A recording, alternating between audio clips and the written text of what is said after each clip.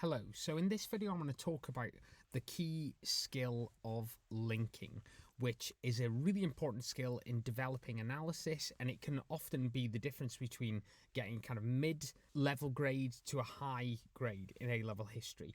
Done well, linking can really push on the analytical depth of essays, and it can really push on those substantiated judgments. The other reason I'm making this video is because I mentioned linking in some of my other videos, and I've had queries from students who ask about precisely what linking is and what does it mean to link and how can it be done well. So I'm hoping this video really clarifies it and clears that up and just fully explains the importance of making good and developed links in A-level history essays. So the plan for the video is as follows. Firstly, I'm going to explain linking, what it is and why it's important. Then I'm going to give an example of an undeveloped link and how really you're not going to get hugely kind of credited for that. And then I'm going to give an example of a developed link, which hopefully shows how effective linking can be at really pushing on argument, pushing on analysis. And then I'm going to give an overview, a summary of why linking is important. So, what is linking? Linking in A-level history essays is making connections between factors or causal factors or consequences to show how things impact each other. Linking, as I said, helps to develop analysis and judgment because it goes beyond just one factor at a time. It shows the examiner that you understand how things are intertwined, which leads to much more substantiated judgments and much more developed analysis. So here is an example of an undeveloped link. So here's a question that I came up with an undeveloped link in paragraph 1. So how far does Martin Luther King deserve the credit for the enactment of the civil rights legislation of 1964 and 68? And let's say you followed the structure of paragraph 1 MLK, paragraph 2 wider movement, paragraph 3 government, and your kind of evidence and analysis for it as part of paragraph 1 could be something like this. MLK's speech at the March on Washington in 1963 can be seen as a key cause of the 1964 Civil Rights Act, which links to the actions of government.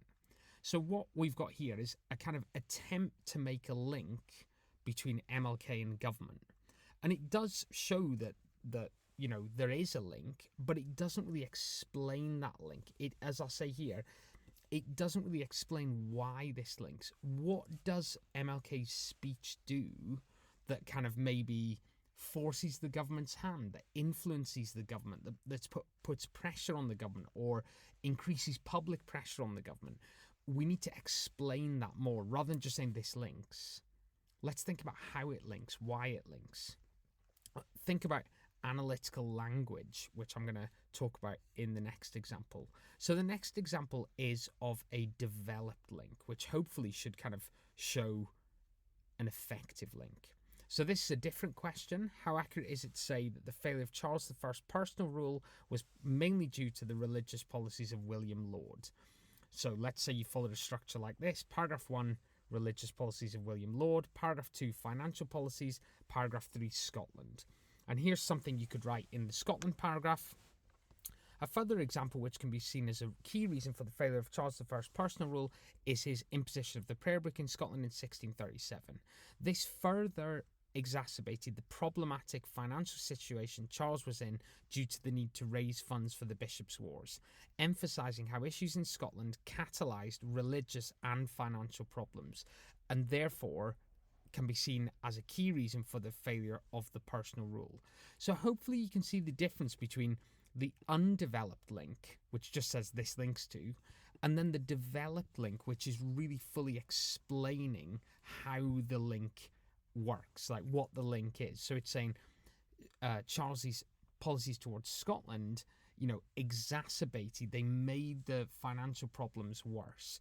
It also emphasising how Scottish policies kind of made both religious policies and financial policies worse. So I'm hoping that's clear, that people can really see the difference between an undeveloped and a developed link.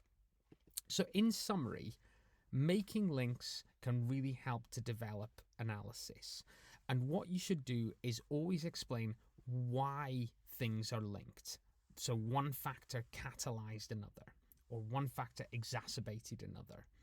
Links can also be used, and I think a really effective thing to do is to show how one factor is more important than the others. If it's made something else worse, then that really emphasizes why that might be more important.